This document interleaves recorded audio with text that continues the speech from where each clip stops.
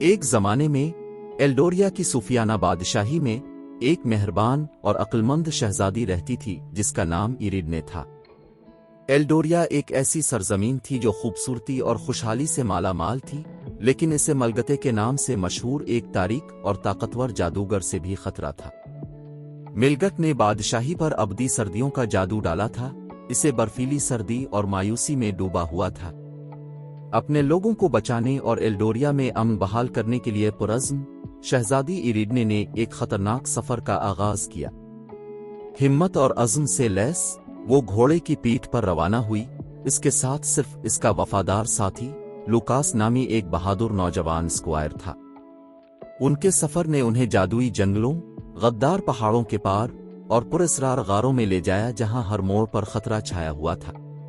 راستے میں انہوں نے افسانوی مخلوقات کا سامنا کیا، چالاک جالوں کے خلاف اپنی عقل کا تجربہ کیا اور ملگٹ کے منینوں کے غضب کا سامنا کرنا پڑا جنہوں نے ان کی تلاش کو ناکام بنانے کی کوشش کی۔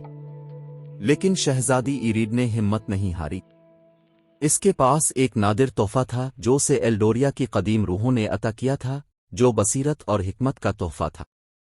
کہا جاتا تھا کہ ملگٹ کو شکست دینے اور بادشاہی کو اسیر کرنے والی لعنت کو توڑنے کی کلید اس کے پاس تھی۔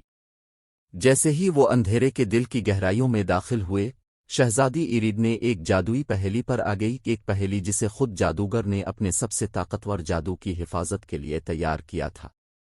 اس پہیلی نے اسے اپنے رازوں کو کھولنے، اس کے اسرار سے پردہ اٹھانے اور اپنے اندر موجود قدیم جادو کو چلانے کے قابل ثابت کرنے کا چیلنج دیا۔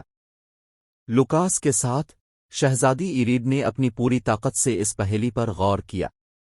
اس نے اپنے علم، اپنی طاقت اور اس کے دل کی نیکی پر اپنے اٹل یقین کو اپنی طرف متوجہ کیا۔ اور آخر میں یہ وحشیانہ طاقت چالاکی نہیں تھی جس نے اس پہیلی کو حل کیا، بلکہ اس کے ارادوں کی پاکیزگی اور اس کی روح میں مہربانی تھی۔